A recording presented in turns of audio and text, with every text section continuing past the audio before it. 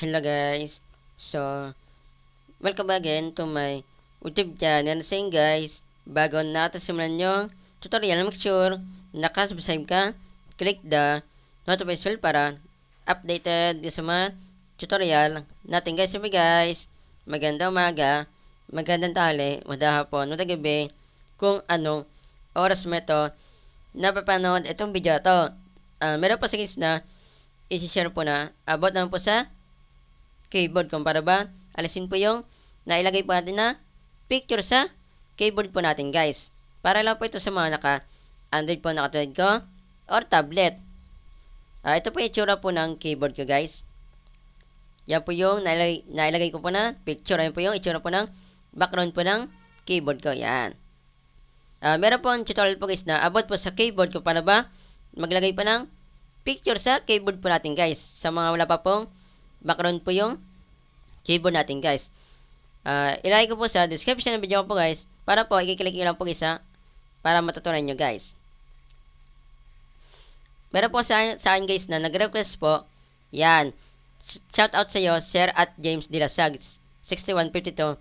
Nag-comment po siya kung paano ba alisin po yung picture sa keyboard po niya guys. Siguro ayaw po niya na magkaroon po ng background po yung keyboard po niya. Gusto po niya alisin yung picture. Kaya po siya nag-comment guys. Meron po tayong tatlong uri po para po matanggal yung picture sa keyboard natin guys. Una po, punta tayo dito sa settings. Yan. Baba po natin yan.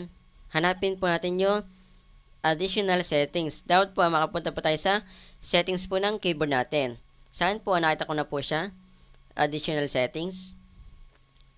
Then, click po natin yung keyboard and input method. Nakita po yung keyboard. Click po natin yan. Andito na po tayo sa settings po ng keyboard natin. Click po natin yung theme. Ito na po siya. Yan. Click po natin yan. Nakita po nyo, ito po yung itsura po ng keyboard ko. Nakita po nyo itong basura na ito. Click po natin yan. Delete po yun ha. Kapag click po natin yan, tatuloyin po kayo. Ayun, sabi po dito are you sure you want to delete the theme?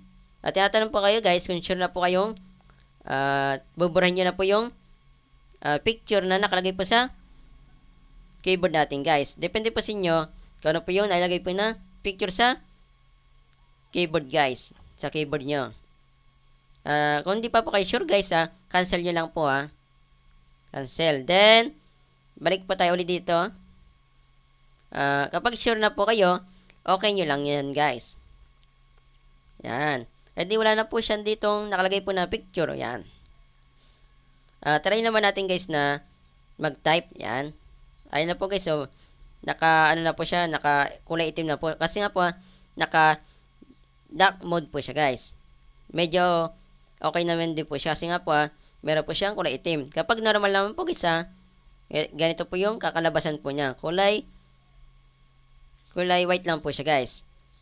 Depende nga po sa Android phone or tablet kung pwede po siyang i-dark mode po yung Android phone or tablet natin guys. Kung di naman po siya pwedeng i-dark mode po guys ganito po yung itsura po ng keyboard po nyo guys. Ibalik na po natin sa dati. Ito pa po yung pangalawa. Pupunta po tayo sa Wi-Fi, Bluetooth, sa SIM card, data, mga ganun ba guys. Depende po sa inyo kung saan po nyo sila makikita po guys. Pwede sa baba or sa taas. Sa akin po nakita nyo naman po kanina nasa taas po siya. Then punta po tayo dito sa settings. Hanapin po natin yung additional settings uli. Ito na po siya. Click natin yan. Then click po natin yung keyboard and input method. Then click po natin yung keyboard. Then andito na po tayo sa settings po ng keyboard natin.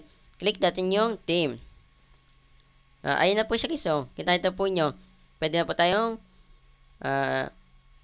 magbura po ng nailagay po natin na keyboard sa I mean yung picture sa keyboard natin guys. Sa akin po, wala na po kasi nga po nabura ko na po siya. Nakita nyo naman po kanina. Then, ito pa po yung gagawin po nyo kapag nasa settings po tayo, pwede po natin na i-type po yung keyboard. Kung wala pa po kayo guys na ganyan, pasensya po. Sa akin po kasi meron pong ganyan na. Depende po sa inyo kung meron po yung search po yung android phone po nyo or tablet po nyo. Depende po yan guys kung meron po or wala. Sa akin po meron po yan na. Type po natin dito ay keyboard. Yan. Kahit ano po yung pindutin po nyo dyan, okay lang po click natin yung keyboard and input method. Para po makapunta tayo sa settings po ng keyboard natin. Then, click po natin yung Gboard.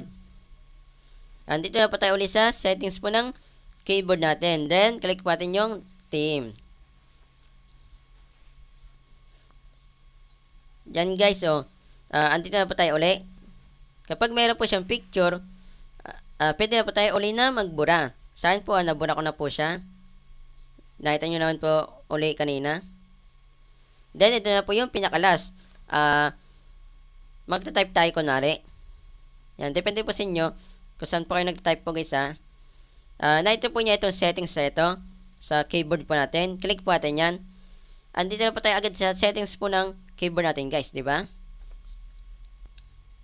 Then, click po natin yung theme. Ayun guys, pwede na po tayo magbura. Kaso nga lang po, wala na po siyang picture dito kasi nga po, nabura ko na po siya.